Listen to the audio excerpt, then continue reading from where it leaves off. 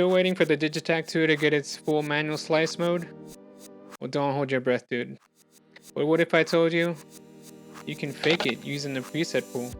Today I'm going to be showing you how saving your slices as presets lets you jump between chops as if you were using a real slice mode. No phone or no computer required. Before the OS 1.1 update, it was pretty tedious chopping samples. You'd have to manually select the start and end point. We still don't have transient detection. And if you wanted to move those around, you'd have to hold down the TRIG and listen, preview each sound, make sure it was the right chop you wanted to copy over, and then build a variation. Now, we can actually save each TRIG as its own chop. And we can do this by holding the TRIG.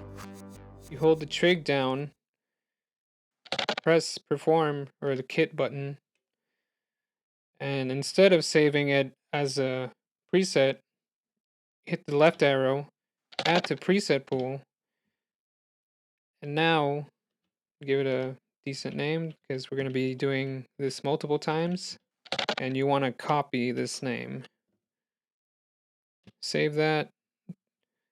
Don't worry about that now. Go to the second chop.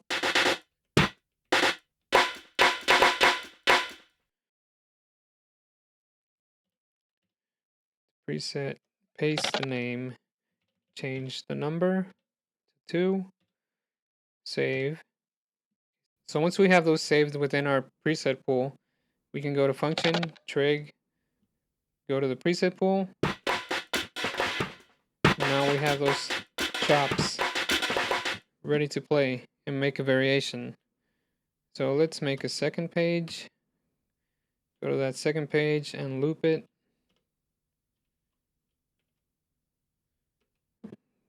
Now it's looping.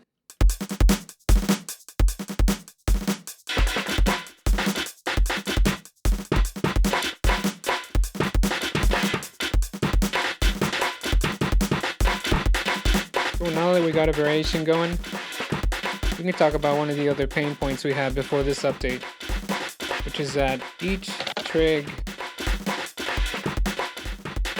was locked to whatever settings you had saved in that instance, which made it really difficult to perform. So let's say you wanted to open up the filter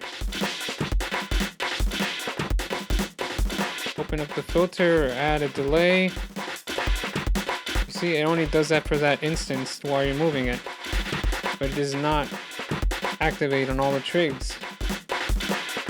And to do that, you'd have to manually adjust each one. But not anymore. You can hold the TRIG and track down and affect all the steps.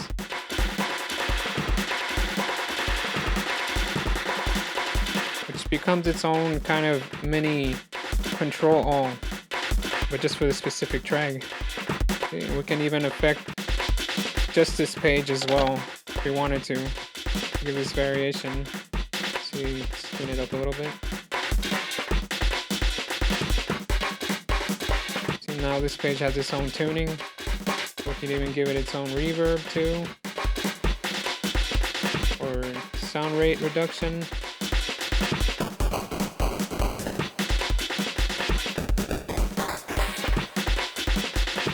Comes in super handy now. It's amazing.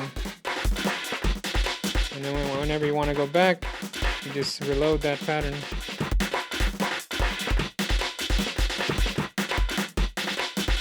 You can even go as far as controlling the sample, the slice length, or let's say one of them is longer than the other. You want them all to have the same length.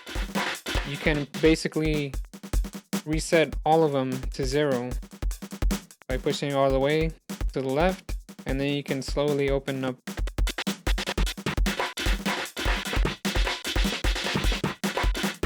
You slowly open it up, and now all of them have the same settings of 1. Before 1.1a, that would have taken 10 minutes. Now, like 10 seconds. You're basically building your own slicing engine without needing a slicer. This new workflow lets your creativity flowing. You don't need a waveform to make meaningful edits. You need speed, flexibility, and happy accidents. Maybe the slice isn't perfect, but the result is. Maybe your loop hits late, but now it grooves. You may not achieve your desired result, but you might discover a new technique, a vibe you didn't expect. If you truly wanted to work without limitations, Ableton's right there. Heck, even an old iPad can run Koala Sampler. But let's be honest, you didn't buy the Digitakt 2 because you wanted Ableton in a box. You bought it because of its tactile knobs, its inviting UI, and that ridiculously fun sequencer, dude.